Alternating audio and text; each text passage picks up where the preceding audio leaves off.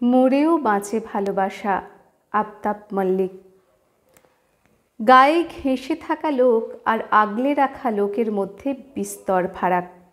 তোমার চোখের পাতায় জমাট বাঁধা দুঃখের ঢেউ না দেখে যারা তোমাকে সুখী ভাবে, কি আশ্চর্য, তারাই আবার সুখ দুঃখের সাথী হয়ে সারা জীবন তোমার পাশে থাকার প্রতিশ্রুতি দেয়।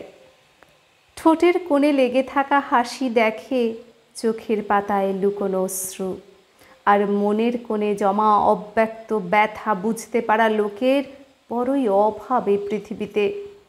শ্রাবণের ধারা দেখে যেমন গাছেরা বুঝতে পারে না কত কান্না লুকিয়ে আছে আকাশের বুকে, তেমনি আনমনে চেয়ে থাকা চোখ দেখে সবাই শুধু কাল্পনিক ভাবে তাকে।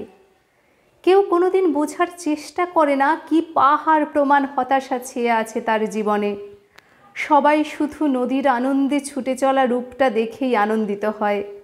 প্রতি পদে পাহাড়ের কঠিন শিলায় ধাক্কা লাগে যখন, কতটা রক্তাক্ত হয়ে থাকে তার হৃদয়, তার খোঁজ কেউ নেয় না। বসন্তের ভোরে কোকিলের মিষ্টি সুরে আমাদের মনটা উদাস হয়ে যখন অনেক দূরে অজানায় উড়ে যায়, কোকিল তখন দুঃখ ভোলার ছন্দ খোঁজে রক্তে ভেজা কণ্ঠের স্বরলিপিতে। আমাদের চারপাশে মিথ্যে সান্ত্বনা দেওয়ার মানুষ হাজার হাজার ছড়িয়ে থাকলেও তোমার হাতে হাত রেখে দুপা হেঁটে তোমার মনটাকে ঘুরিয়ে দেওয়ার কেউ নেই।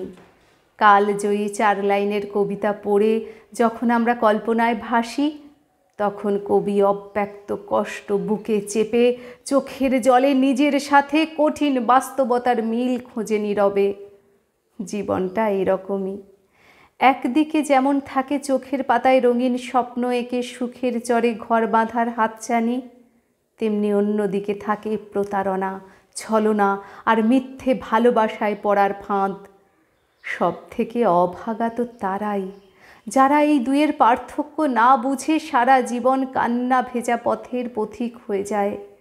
তারপরও হতাশায় ডুবে থাকা আর বঞ্চনার শিকার হওয়া এই লোকগুলোই মিথ্যে আশায় বেঁচে থেকে বাঁচিয়ে রাখে ভালোবাসাকে।